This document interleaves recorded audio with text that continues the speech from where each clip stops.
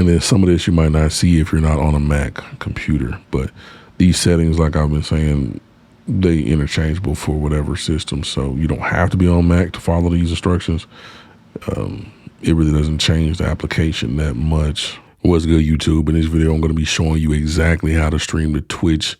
Super quick, super easy. First things first, we're going to come up to profile. We're going to hit new, name it where we're going to name it. Then we're going to go over to scene. We're going to name it what we want to name it up here.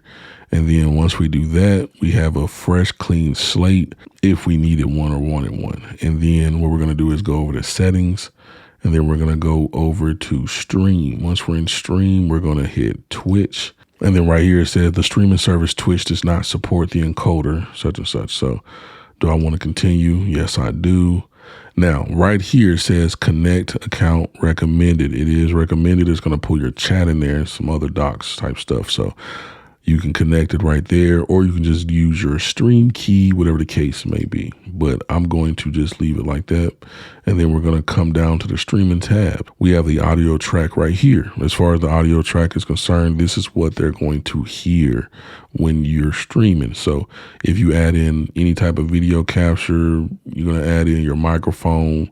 If you add it in, you want to make sure it's on this track. I'm going to leave it on track 1. And if you want to, you can set up a Twitch VOD track, hit that. And then right here, you can choose 2. And what you would do with that is you would unselect the music track from being on 2. So whatever your music is on would only be on the 1. But then the VOD track, you would not select it for that one. After the stream ends, it'll put this one on there. But I'm not going to be fooling with that. As far as the audio encoder, I don't ever change that. And then as far as the video encoder, I choose, technically, I'm not going to lie to you, I choose X264 because I like the quality that it was doing for me. And it let me choose certain stuff that I can't choose with the Apple situation. So right here, this is all we get to choose. All we get to control in the Apple situation. But if we choose X264 right here, it's going to give us more options. So I'm going to choose that right there. So now we can choose the CPU usage and stuff like that. On here, we cannot. Now, yes, this is a little bit more optimized for the Mac computer, but you can just test it out and see which one you like most. So for the sake of the video, we're just going to go ahead and choose this one. If you're on Windows computers or something like that and you have a graphics card, GTX or RTX would be better. RTX is going to actually let you stream and play or whatever at the same time without having any change in your actual performance because it has a chip on that bad boy simply to stream stuff out.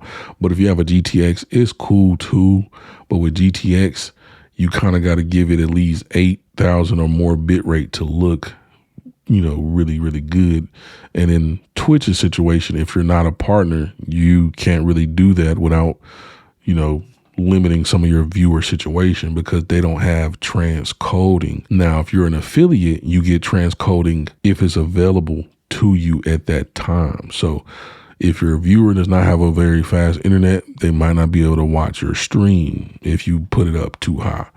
But what I do, like I said, I'm not going to lie to you. I put mine at 8,000 because I don't like my quality to look crazy. But if you want to, you can just go ahead and put about 4,500 or 5,000 and then choose 2 keyframe intervals right here and then leave the profile to high. Right here, use B frames. So in here, this is also including your audio too. So whatever you choose for your audio has to be included in this bit rate as well. And then we're going to go to the audio situation. Then once we're in the audio situation, you want to come up to sample rate right there, choose what you want to use. My microphone's 48 kilohertz, so I choose that. And then right here where it says mic, I choose my mic. And then I don't mess with anything else in here. As far as the video situation, we're going to be doing 1080p, but instead of doing 1080p with a lower bit rate, and you know, that's really not good for 1080p needs a certain amount. You really should just downscale it a little bit, but 720p is not going to look crisp. It's going to look kind of blurry. So there's a certain one that most people do. So yeah, right there, 1664 by 936p. That's the optimized crispy situation for Twitch with a lower bit rate. So you're not going to be going too much higher than the 6,000 they recommend for if you're not affiliate, but you're still going to get something real crispy. You'd have to go super duper past it if you want to get your 1080p to look good. I promise. It's going to look real pixelated. So what I do, 936p, come into the output situation, and then I choose 8,000 bit rate. And then I choose X264, and then I choose medium CPU because I have an M1 Max MacBook Pro, so it can handle it. But you can test it out, do what you want, or you can just simply do the pixelated situation and do 1080p and just deal with it, I guess. I see a lot of people still watching whatever type of streams anyway, so it really don't make a difference. And then as far as the hotkeys situation, you can choose that if you would like to, but I don't really fool with it too much. I think I had one for like the replay buffer, but you can come through here and have hotkeys for starting recording, stopping recording. As far as accessibilities, you can come in here and set up and do different colors and have it look in different ways that you need it to look or like it to look. Then in advance, you want to come in here and do the color format, make sure it's that. Color space 709, color range limited. And then some of this you might not see if you're not on a Mac computer. But these settings, like I've been saying, they interchangeable for whatever system. So you don't have to be on Mac to follow these instructions. It really doesn't change the application that much. All right, so now that we have all the different settings situated how we need it, we're gonna go ahead and add the stuff that we actually need in our sources.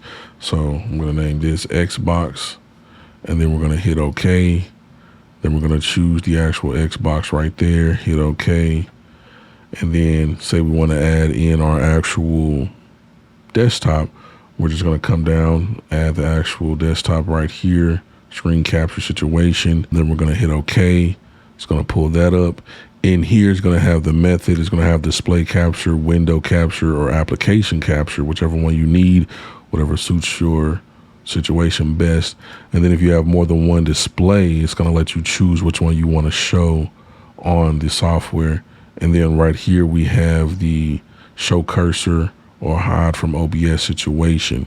I choose show cursor, leave it like that. We can hit OK. I can hide that for right now. And then if we want to add our actual webcam, you just simply go down, hit the situation one more time, and then go to video capture, and then just name this one cam. And then all we got to do is choose our camera. I'm not going to choose the one I'm using right now. So I'm going to just go ahead and choose the laptop's camera and then hit OK. And then it pulls that up right there.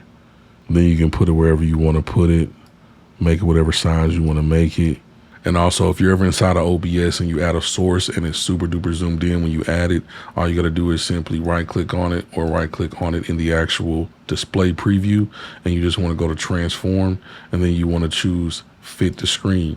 And also, if you ever run into issues where you just messed up how you had it, you can just right click on it, transform, and hit reset the transform, and it'll reset it back to its original size. So if you made it too small or too big and you want it just how it's supposed to be based on the resolution that it is, that's what you select. But you also want to keep in mind that if anything down here is locked and you try to transform, you're not going to be able to make those selections. So make sure that before you try to transform something, you go ahead and unlock it so that you can see those options. And there's a lot of different options in here. So if you ever want to do any of these, remember that's how you get to it. Fit the screen, stretch the screen, center the vertical, center horizontal, whatever the case may be. You can even flip them bad boys as well. And also, just in case you don't know, if you don't see something, but it's not got the, the eye clicked off, it's probably covered. So if I bring this above the cam, it makes the cam disappear. You got to treat this like a cake. So whatever is at the top is on the top layer. So top layer situation, I can hide that. And now I can, go ahead and do whatever I want to do. Got it situated how it's supposed to be. And just in case, sometimes you do want to come into your actual game settings and make sure that it's doing the right stuff. So 1080p, 60 hertz, set up like it's supposed to be. Sometimes it might think that it's still connected to a 4K TV when it's coming through some of these capture cards, and that'll make you run into issues on your software. You don't want that at all. So go ahead and get rid of my face and get rid of that vertical over there. If this video helped you out, please slam the like button. It's greatly appreciated. It helps the channel out a ton. And as always, I'll see you in the next one. Peace.